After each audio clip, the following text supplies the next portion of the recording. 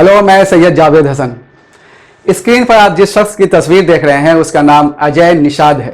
ये उत्तर बिहार की राजधानी कहे जाने वाले मुजफ्फरपुर से मेंबर ऑफ पार्लियामेंट हैं। भारतीय जनता पार्टी से ताल्लुक़ रखते हैं, शायद इसीलिए इनकी रग रग में मुसलमानों के लिए नफरत भरी हुई है।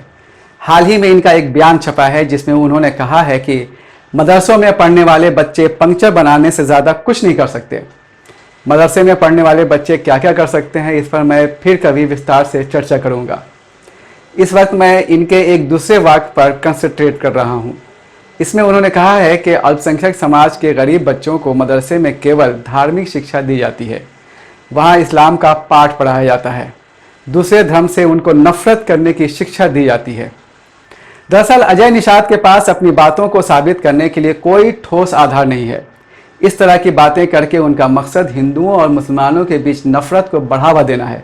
यही वजह है कि कोरोना काल में भी हिंदू मुसलमान का जहर घोला गया, लेकिन इसी दौरान इन दोनों संप्रदायों के बीच एकता और मानवता की ऐसी मिसालें भी देखने को मिली जो अजय निषाद जैसे लोगों के चेहरे पर तमाचे से कम नहीं है।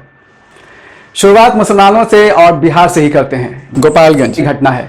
उश्का गांव प्रखंड के कैथवलिया गांव में उज्जवल सिंह की 3 वर्षीय बेटी निष्ठा की तबीयत अचानक बिगड़ गई।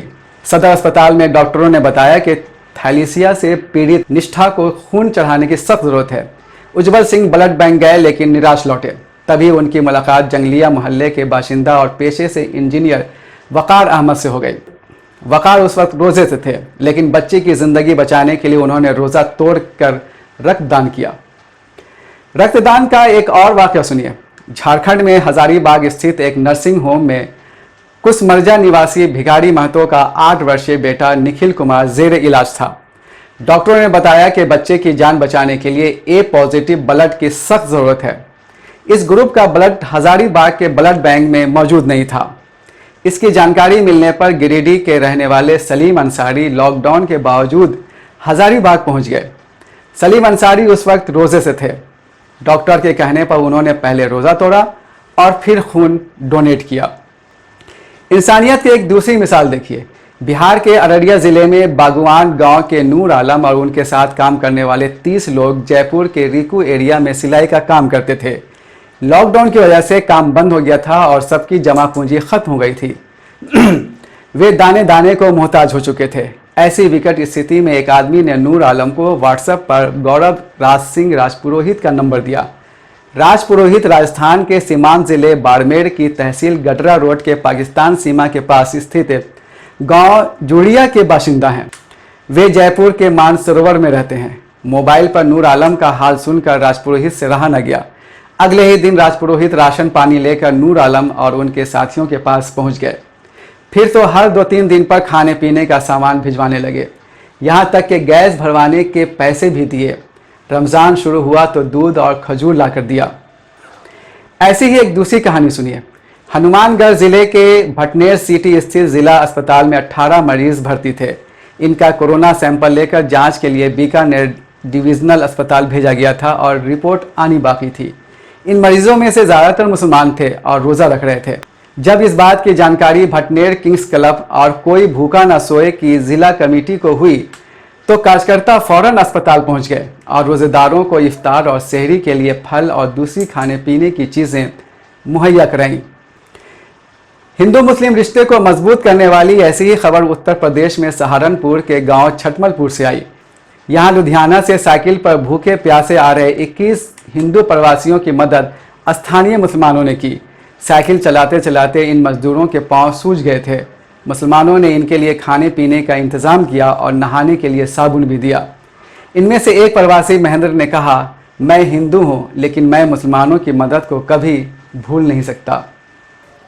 उधर असम में धबरी जिला निवासी और पेशे से कुम्हार देव कुमार ने 13 मुस्लिम खिलौना कारीगरों को अपने घर में लंबे समय तक पनाह दी। तालाबंदी होने और पैसा खत्म हो जाने के बाद से देव कुमार ने इन कारीगरों को अपने यहाँ ही रख लिया था। देव कुमार बताते हैं, मेरे पास 2 अतिरिक्त कमरे हैं जहाँ मुस्लिम कारीगर रहते हैं। ये रमज़ान का महीना है। मेरा कोई हिंदू पड़ोसी फल लाता है और कोई अन्य चीज़ें लेकर आता है। हर शाम मेरा परिवार पूजा करता है और मुसलमान नमाज पढ़ते हैं। आखिर में मध्य प्रदेश के ज़िला शिवपुरी के वाक़या का जिक्र करके अपनी बात ख़त्म करूं। 24 वर्षीय अमृत गुजरात के सूरत से यूपी के बस्ती ज़िला स्थित अपने घर एक ट्रक से आ रहा था। ट्रक जब मध्य प्रदेश के शिवपुरी झांसी 4 लेन से गुजर रहा था तभी अमृत को कई बार उल्टी हो गई। उसे तेज़ बुखार भी था। ट्रक में साथ चल रहे अन्य लोगों को लगा कि अमृत कोरोना संक्रमित है, इसीलिए उन्होंने ट्रक ड्राइवर से कहकर अमृत को उसी हालत में वहीं ट्रक से उतरवा दिया। लेकिन अमृत के 23 वर्षीय दोस्त याकूब मोहम्मद ने, जिसका असल नाम शोएब है, उसका साथ नहीं छोड़ा और वो भी उस सुनसान जगह पर उतर गया। तबीयत ज़्यादा बिगड़ने पर सड़क किनारे अमृत अपने दोस्त याकूब की गोद में कराहता रहा और याकूब आते जाते लोगों से मदद की भीख मांगता रहा। इसका अंत क्या हुआ आप सबको पता है। अस्पताल में अमृत की मौत हो गई। ये सब तब हुआ जब सरकार और मीडिया पूरे देश में ये शोर मचा रहा था कि तबलीगी यानी मुसलमान कोरोना वायरस फैला रहे हैं। लेकिन धर्म से मुसलमान याकूब ने इस बात की ज़रा भी परवाह नहीं की कि उसका हिंदू दोस्त अमृत अगर संक्रमित हुआ तो खुद उसकी जान भी खतरे में पड़ सकती है। याकूब को तो दरअसल अपनी दोस्ती और इंसानियत से मोहब्बत थी। महामारी के दौर में इंसानियत की मिसाल कायम करने वाले लोगों की तस्वीरें आप अपने स्क्रीन पर देखिए।